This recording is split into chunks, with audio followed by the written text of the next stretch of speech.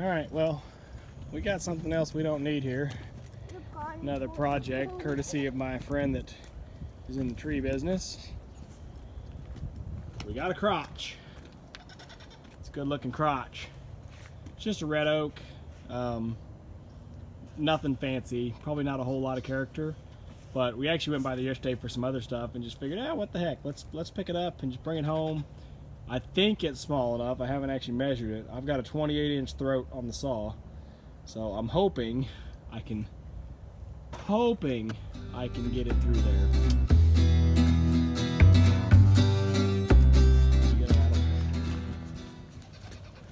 Let's do this. It's raining. What? No. You're probably going to again. You think so? And If it fills up again, we'll just pump it out again. That's what we always do. pump.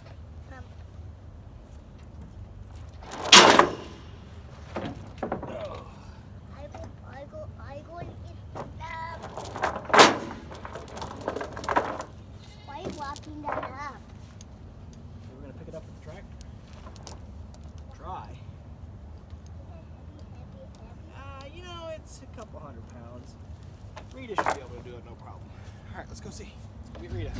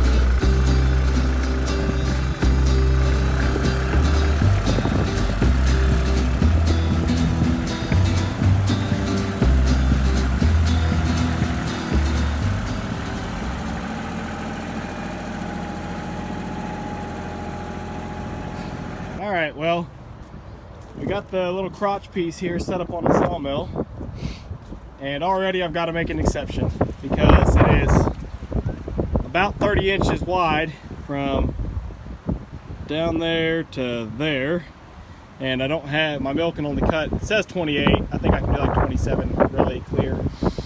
So I'll flip it up on edge here, which I don't really like, but I'm just gonna have to take off a little bit off the top there to get this thing down to where I can then flip it 90 degrees and saw out the slabs like I want to get that crotch profile. So I'm just gonna nick off, like I said, off the edge here, and just take off, 4 or 5 inches, whatever, just minimum that I have to do in order to get this piece to where I can lay it flat. So let's get her set up, I've got the sawmill set up. I actually, when I set this on, I had the saw head at the other end.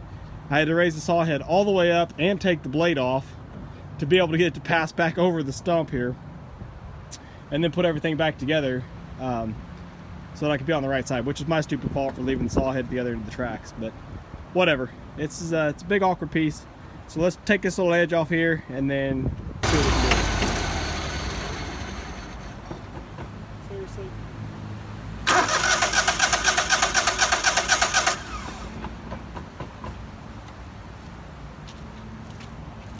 First I'll get it. Well, I just noticed this. I said I was gonna, take off the minimum, but I'm maxed out on my blade height there, about 23 and a half. So that's as high as it'll let me we go. I guess we'll just take it there and then roll it down.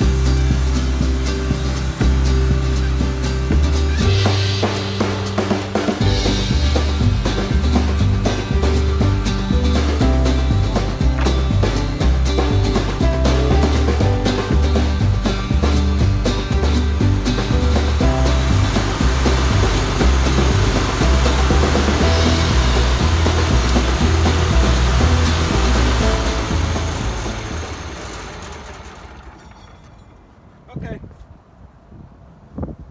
Just fight with my water there a little bit too. Must have something plugged in my water line, but anyway, that's wide open on the throat there. It's about, I measured at least 26 inches, and measuring off the deck looked like to be about 24 inches. So we should be able to get it past now. Didn't have to take off too much. Okay, so we got it rolled down now. Position, that was easy enough. And I don't know, I was thinking I could lift this back end up a little bit and maybe get an extra cut or two out of it, but I don't really think it makes a difference. So I'm just gonna shave off just what I have to here on the top. The other end is actually significantly bigger. That's why it looks like it's sitting uphill. But anyway, I'm gonna just shave off the top here and then roll it over, and then we'll take out our 8/4 slabs.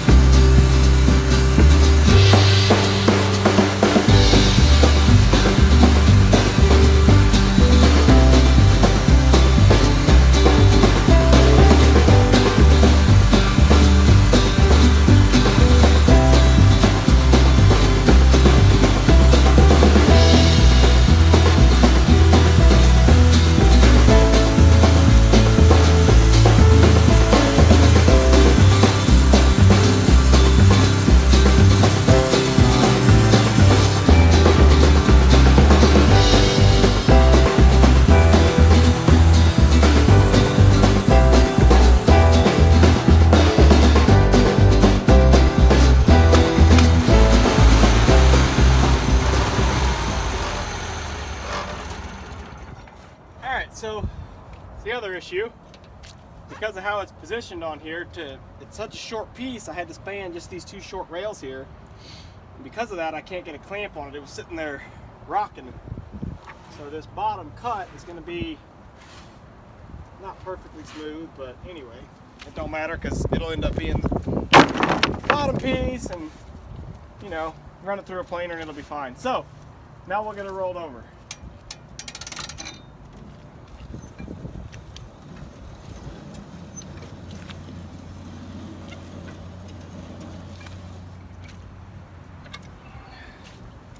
All I've got to help me roll it is I get this one bar up to roll against, which is not that heavy, just awkward.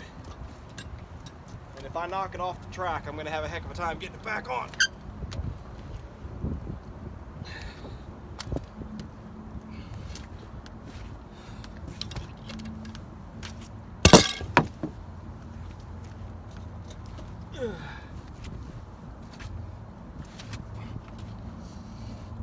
try to keep it stood up and slide it backwards. Here.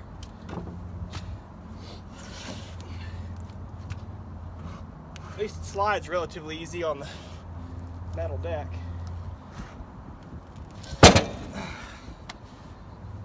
All right.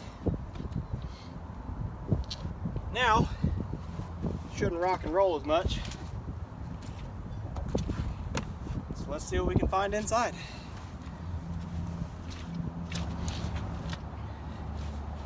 We're going to go ahead and set our scale on some increment 2. See if that one, how that looks.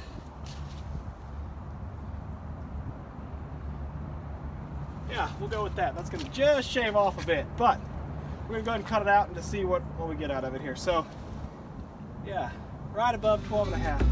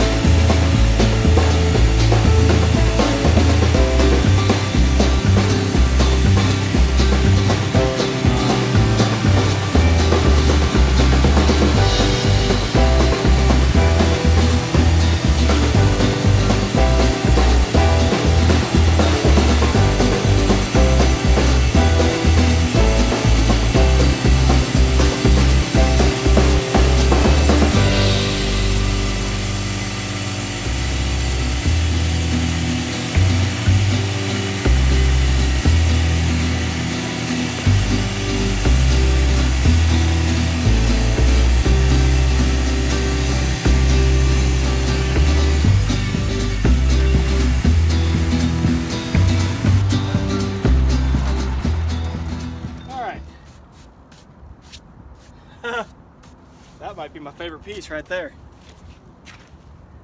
So I was going to shave all of them down, but it's fighting under the weight, so I took it off. But look at that.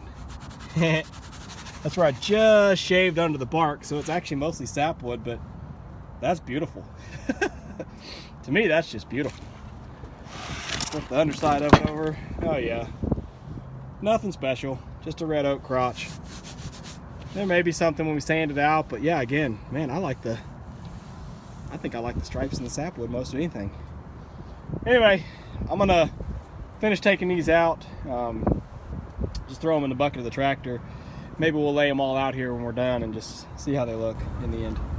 Wow, they do not look this cool coming off the mill. They got sawdust all over them and they're kind of dusty, dingy. Get them up here and wash them off. Man, they look beautiful. I mean, this is just common red oak. There's nothing, this is not a, you know, rare exotic wood, whatever, nothing special, but man, there's some fun stuff in this. This is a very basic crotch, but there's some really fun character. Like, I love this little, this was a rotten knothole spot that filled itself in. That's, you know, that's no epoxy, that's fresh. You got basically right there the mane of the crotch. And of course all the, you know, all the sapling around the edges. I think that's fun too, you know. Got a little bit of burn marks there. My blade started getting pretty dull.